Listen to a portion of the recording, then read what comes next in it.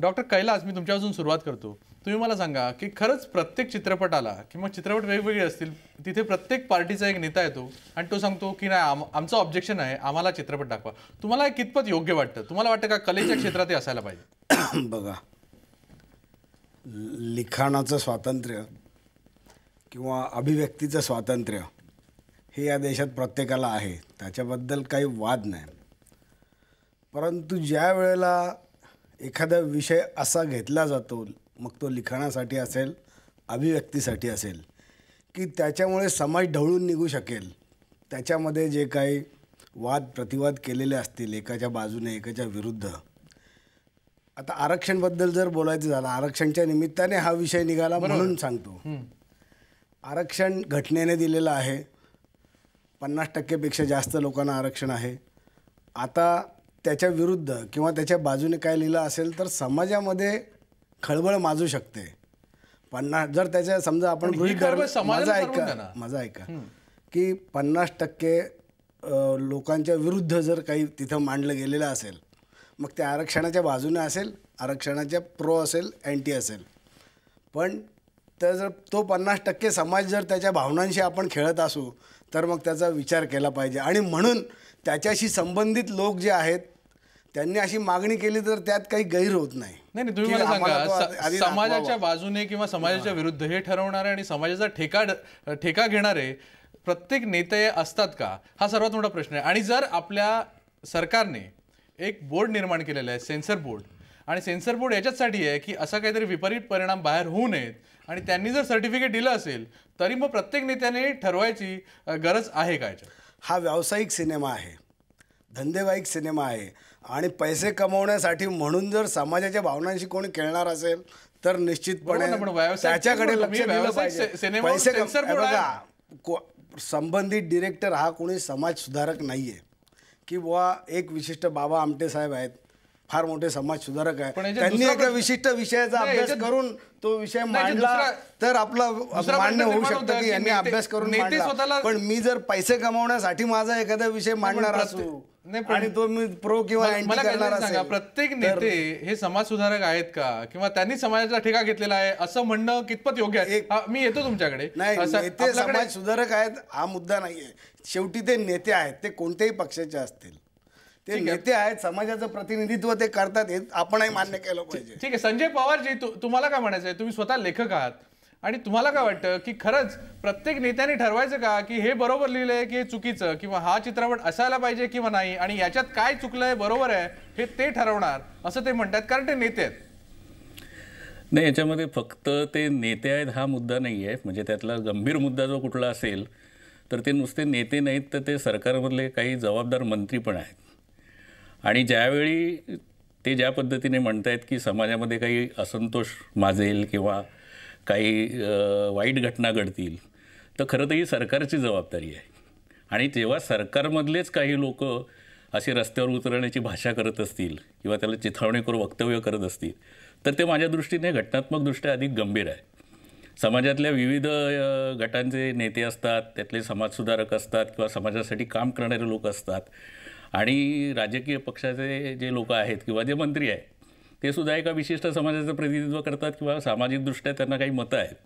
परंतु मला असं वाटतं की ज्यावेळी ते मंत्री असतात, म्हणजे झेंडाच्या वेळी पण तेच झालं, आताही तेच होतं आहे, की तेव्हाही त्यांची जबाबदारी आहे. कारण शेवटी कसं आहे की उद्या जनता कोणाकडे जाणार? जनता सरकारकडे जाणार. आणि जेव्हा सरकारमधलेच लोक जर अशा पद्धतीने एखाद्या गोष्टीला विरोध करत असतील, एखाद्या गोष्टीवर बंदी आणा म्हणून करत असतील, तर ह्या संदर्भात अराजक माजवणारी जी लोक आहेत त्यांना ते आयतच कोलीत मिळतं ना.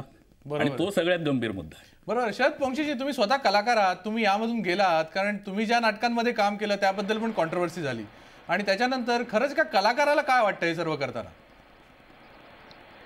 नाही, पॉलिटिकल सेन्सॉरशिप ही मला मान्य नाही.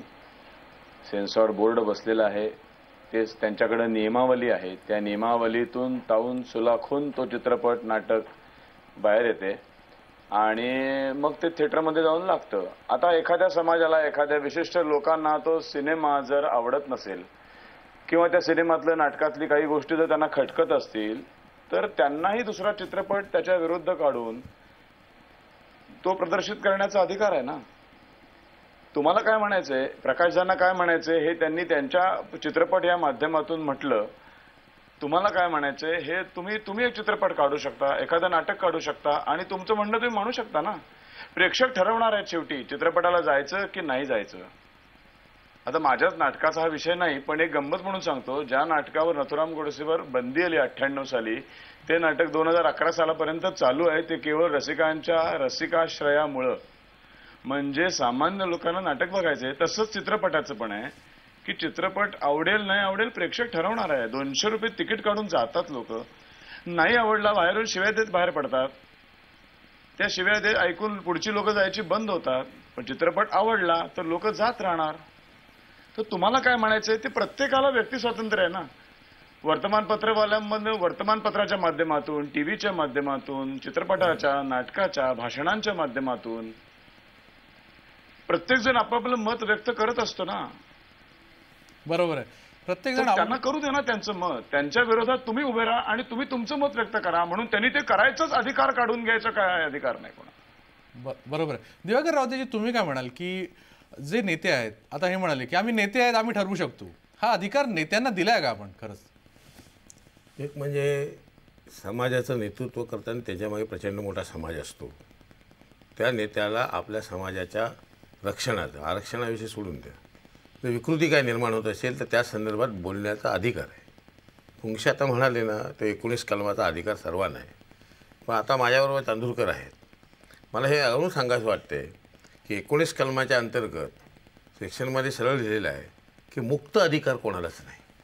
सामाजिक विघटन करणारं, कायदा सुव्यवस्थेत परिस्थिती निर्माण करणारे इत्यादी इत्यादी जे असेल ते निर्बंध आहेत.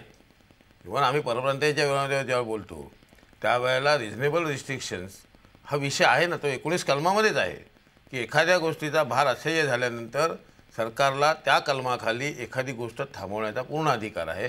पण तो 19 कलमाच्या मुक्त संचाराला परवानगी नाही. सेन्सर बोर्ड पण निर्माण झालेलं आहे. मुक्त मी सांगतो ना तुम्हाला, मुक्त संचाराला नाही, सेन्सॉर बोर्ड आहे. आणि माझं पण राहील की सेन्सॉर बोर्डाने एकदा मान्यता दिल्यानंतर ताऊन सुलावून निघते, हा गोष्ट आहेच.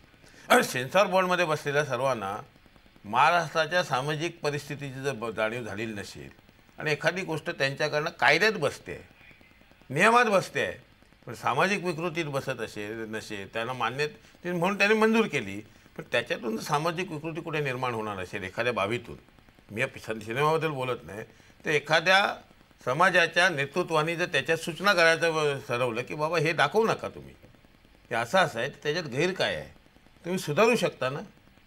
सुधारण्याकरता संधी, आणि त्याच्यानंतरही वाटलं की नाही हा नेता तो चुकीचं बोलतोय, वंशे साहेब म्हणाल्याप्रमाणे लोक ठरवतील.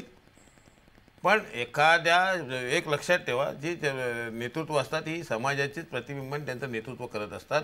समाज त्यांच्यावर विश्वास टाकतो म्हणून ते नेते असतात. कोणीतरी उपसुंब्या उठला आणि काहीतरी केलं असा भाग असेल तर आम्ही समजू शकतो. आणि म्हणून मग हे आरक्षणाकरता आता भुजबळांनी संपूर्ण आपली हे पणाला लावली, राजकीय प्रकारच्या पणाला लावली. आता त्यांची कृती योग्य की अयोग्य पुढे तुम्ही विचारलं तर मी बोलीन, तो नंतरचा भाग आहे. आणि ओबीसीच्या आरक्षणाकरता त्यांनी पूर्ण झटून घेतलं. बाबासाहेब आंबेडकरांनी दलितांकरता जो त्यांना न्याय मिळवण्याकरता एक अस्मिता दिली, प्रामाणिक, त्याच्यातून आज हा समाजाला आरक्षणाचं हत्यार मिळालं. आता समाजाने हे स्वीकारलं पाहिजे की घटनेने ह्यांना दिलेलं आरक्षण आहे. आरक्षणाची सामाजिक समस्या आयुष्य कृतीतून मांडायला हरकत नाही, पण विकृती येता कामा नये याकरता कोण सजगतेने बोलत असेल तर ते ऐकून घेतलं पाहिजे, हा विषय आहे. आता हा माझा आता तुम्ही जो विचारत त्याचं हे उत्तर आहे. पुढचं काय असेल तर मी सांगेन. ठीक आहे. ऐकून घेण्यामध्ये आणि दादागिरी करण्यामध्ये माझ्या मते एक थोडासा फरक आहे. कारण जर आपण सांगितलं की हे लावायचंच नाही कारण आम्हाला पटत नाही आणि लोकांना सांगणं, ते काय माझ्या मते दोन गोष्टी, तिथे तुम्ही मुद्द्यावर आलात. आता दोन गोष्टींमध्ये भरपूर फरक आहे. मला सांगा चांदूरकरजी, आज ठीक आहे, आज भुजबळांनी सांगितलं की याच्यातले काही सीन कमी करा, झा म्हणाले मी हे कमी करणार आरक्षण मधले सीन. त्याच्यानंतर आता काँग्रेसचे मंत्री म्हणाले की त्यांनी सांगितलं आता आम्हाला हे पटत नाही आणि आता आम्ही ठरवणार की हा चित्रपट योग्य आहे की अयोग्य आहे. म्हणजे काय आहे नक्की? मला ही याच्यात राजकीय चढाओढ आहे की बाबा आता काही नेत्यांना इम्पॉर्टन्स मिळाला म्हणून आम्हाला पण इम्पॉर्टन्स मिळाला पाहिजे, असं काय आहे का? नाही, काय झालेलं आहे की आरक्षण पिक्चरच्या संदर्भामध्ये ते प्रमोशन त्याचं जे करताना त्यांनी जी स्ट्रॅटेजी वापरली त्याच्यामधल्या 2 गोष्टी मी तुम्हाला पॉईंट आउट करून देऊ इच्छितो की तो पिक्चर मी बघितलेला नाही, तेव्हा तो अँटी आहे की प्रो आहे ह्याच्यावरती मी मतप्रदर्शन करणार नाही.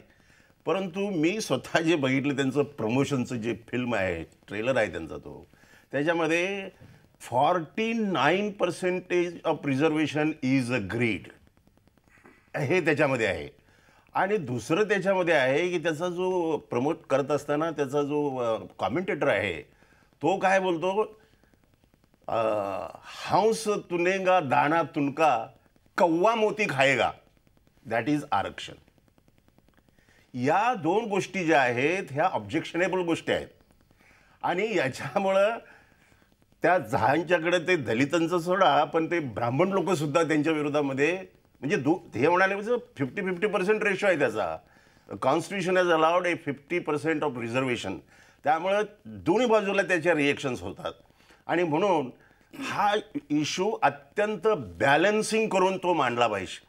आणि कदाचित आपल्या सुरुवातीच्या कॉमेंट्समध्ये आपण रोखठोकला सुरुवात करताना जे सांगितलं की ते प्रमोशन करत असताना अशी कॉन्ट्रावर्सी तयार करायची की जेणेकरून लोकांच्यामध्ये त्या पिक्चरबद्दल एक आकर्षण तयार होईल. आता मगाशी मी ऐकलं की ते पंजाबमध्ये पिक्चर बॅन केलेलं आहे, तर तिथल्या एका मुलाने सांगितलं की ते असू द्या बॅन पंजाबमध्ये, मी गुडगावला जाऊन ते पिक्चर बघेन. हे मगाशी मी ऐकलं.